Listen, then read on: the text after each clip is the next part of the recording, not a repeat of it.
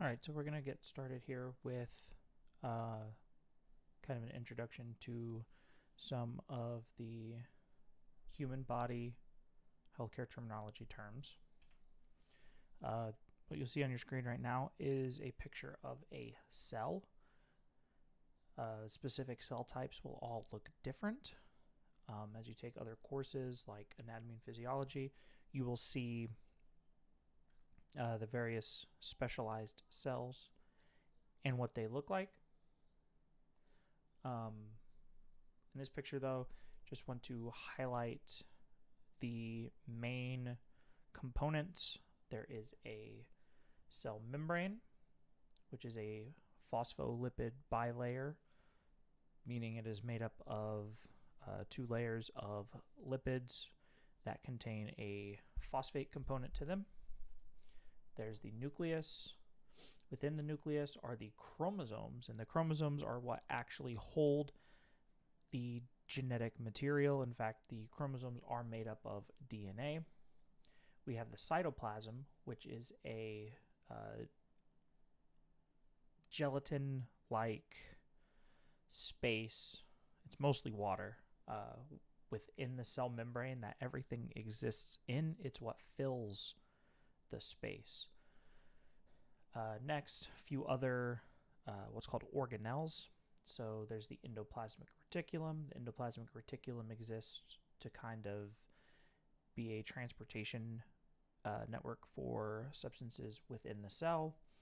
Ribosomes will exist either on the endoplasmic reticulum or freely in the cytoplasm. The ribosomes, if they're on the endoplasmic reticulum, it would then be called a rough endoplasmic reticulum. And then we have the mitochondria, which is the main producer of energy within the cell. So what you see here is anatomical position. Now, if you were to just stand up straight, most people's arms will naturally hang at their side in such a way that their palms face the rest of the body. They face medially. That is actually not anatomical position. Anatomical position with the arms, you will be in a supinated position, which means your palm will face up, or in this case, out. And supination is a action term, so you can think of it as if you're carrying a bowl of soup, right? Your palm will be facing up or out. This is incredibly important because everything will be referenced essentially from anatomic position 99% of the time. Essentially, this position's chosen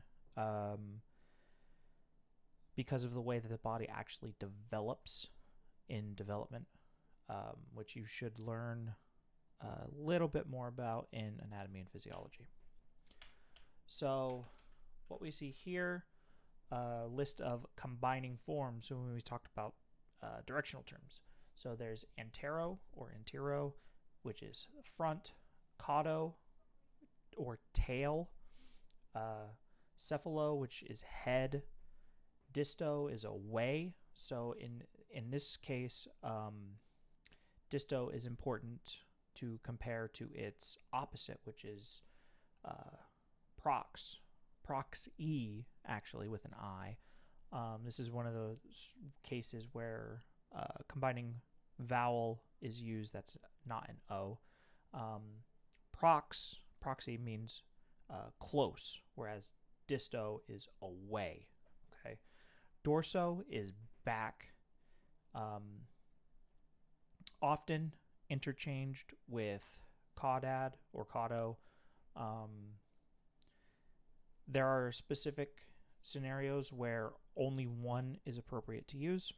There's also infero, which is below, and latero, which is to the side. Now, a note about infero, while it does mean below, it is a directional term. So hypo also means below, but hypo is used as a comparative measurement term. Okay, so if you're talking about numbers, you would use hypo, whereas directionally we would say inferior. So next, medio, middle, exact opposite of latero. It's going to be close to the midline. Postero, again, back, behind. Proximo is near, as I said before. There's supero, which is above, and again, same thing applies to super as hypo and inferior.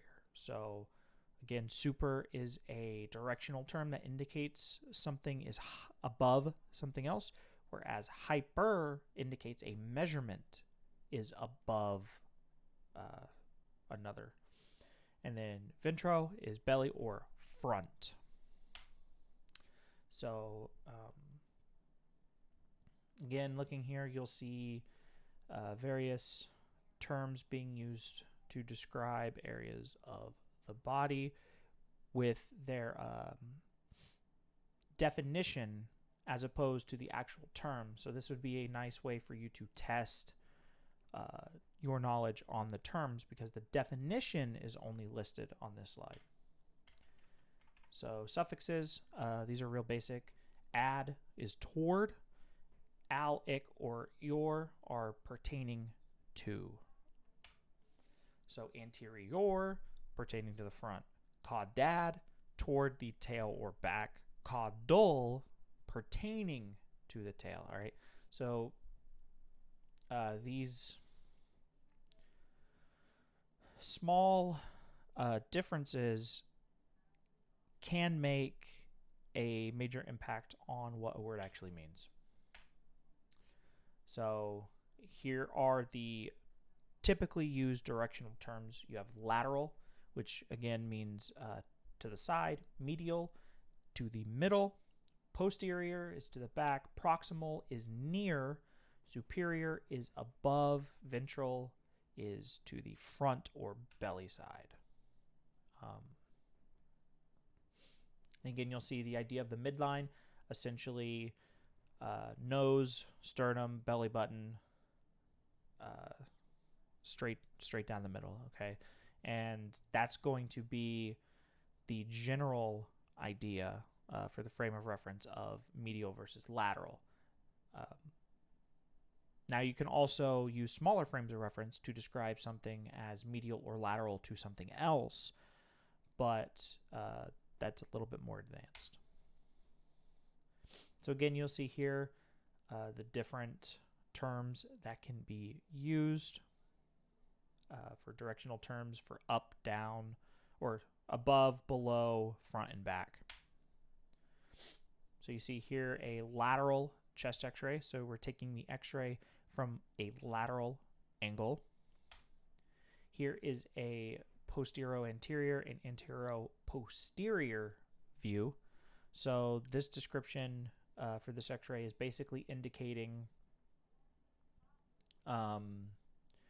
what direction the x-ray is going, right? So the first one is the posterior-anterior, which means the x-ray is essentially going from back to front, and antero-posterior means anterior to posterior.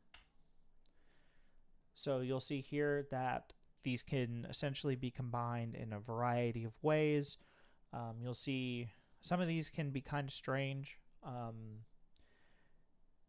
We see these a lot in radiology, a lot of these stranger ones, but there's also, you can talk about like the anterolateral compartment of the leg, right? Again, there's more of those here. These are literally just a combination of two components. So you would kind of look for the midway point between them. But they can also be, like in the case of an x-ray, they can be describing the direction that like an image is being taken from. Here again is another very important part. So frontal or coronal plane, coronal actually, again, being a word that can be broken down into word parts, it essentially means crown, right?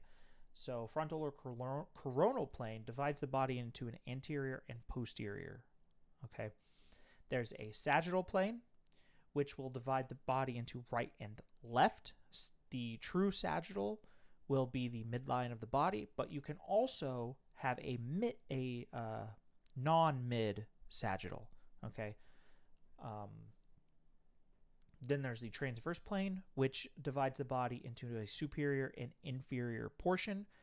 This is typically utilized in something like MRIs, where you're actually viewing the scan from the inferior aspect going superior. Okay, so that would actually be called an MRI view. All right, so you'll see here these planes are outlined. Again, coronal is front to back, transverse, inferior and superior, and sagittal is right and left. So we have abdominal pelvic regions, the umbilical region right in the middle, right around the navel. There's an epigastric, which is directly above that, a hypogastric directly below the umbilical. There's a hypochondriac, right? There's a right and left hypochondriac, by the way, which chondriac or chondr really is pertaining to cartilage of the ribs, right? And you'll learn in anatomy physiology, the lower ribs of the body are essentially all connected to the rest of the sternum by cartilage. Then we have a lumbar, which is to the right and left of the umbilical. Okay, so this is in the middle, but right and left. And then you have iliac, which are right and left of the hypogastric. So you have 9 different abdominal pelvic regions. You see them outlined right here. So it's important to know the general idea of what is within each region, right? Because if somebody comes in and is complaining of pain in the right iliac, right lumbar, hypogastric, or umbilical, very sharp pain, essentially right where all of these are going to meet, that can be, they could be at risk for a rupture of their appendix, right? If somebody, for instance, let's say a boxer comes in for an emergency room visit and they're complaining of severe pain in the left lumbar area, more posteriorly, you would know that the kidneys are in this location, and the kidneys are relatively, they're protected, but they're not as protected as, say, the liver, which has a majority of it covered by the ribs, okay? And while, and this is something you'll come across a lot as you learn terminology, a lot of people, when they talk about, oh, I have stomach pain, right, they're really talking about these 6 spaces down here. You're really, people say, oh, I have stomach pain. You think kind of right in this area, right? Your stomach is actually surprisingly high up, all right? So it's something to think about, that if somebody's saying, I have stomach pain, but they're pointing, you know, in the umbilical or the hypogastric region, it's not going to actually be their stomach, most likely. So again, this is, you know, real easy right here. You've right, left hypochondriac and the epigastric. So now we have patient positions. So again, using your lecture, you should be able to identify what these positions are.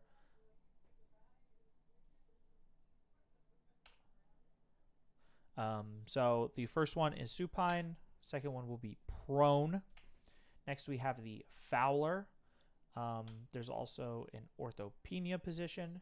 We have a Trendelenburg. You see this used often in certain tests. And then a modified Sims position. Yeah, it's very similar to the idea of what's called a recovery position as well. Again, here you'll see some of the outlines of some of the organs within each area. So what we have here now, previously was abdominal pelvic regions. This is the abdominal pelvic quadrants. Now you got the right upper quadrant, left upper, left lower, right lower, right? So generally, when you're describing like pain or something, this is going to be a more generic, general idea. They each have the two different things, each have their own uses. The regions are a little more accurate, but this is a lot easier to kind of recognize as well, because I feel it firmly separates out different aspects of the digestive system and the rest of the abdominal pelvic anatomy. So next we're going to have abbreviations.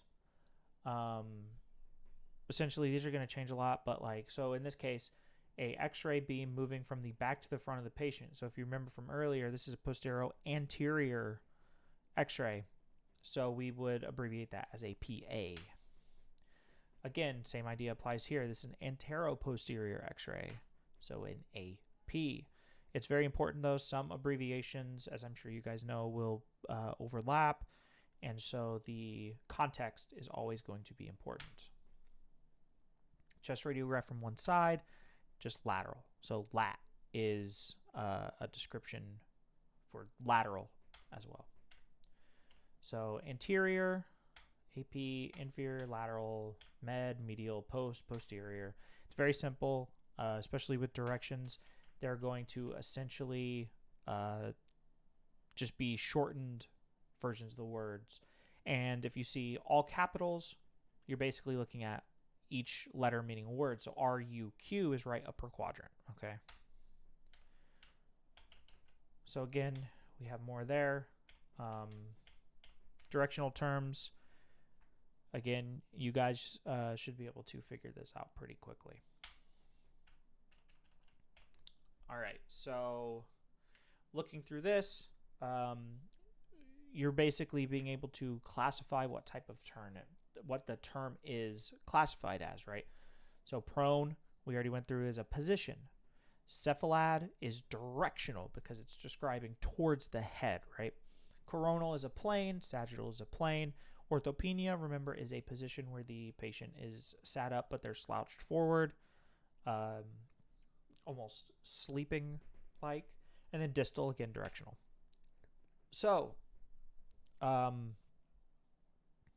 which term here does not belong? Fowler, Sims, coronal, Trendelenburg, or supine? I'll give you a second to think about it. The answer is going to be coronal because, remember, all the rest of these are patient positions.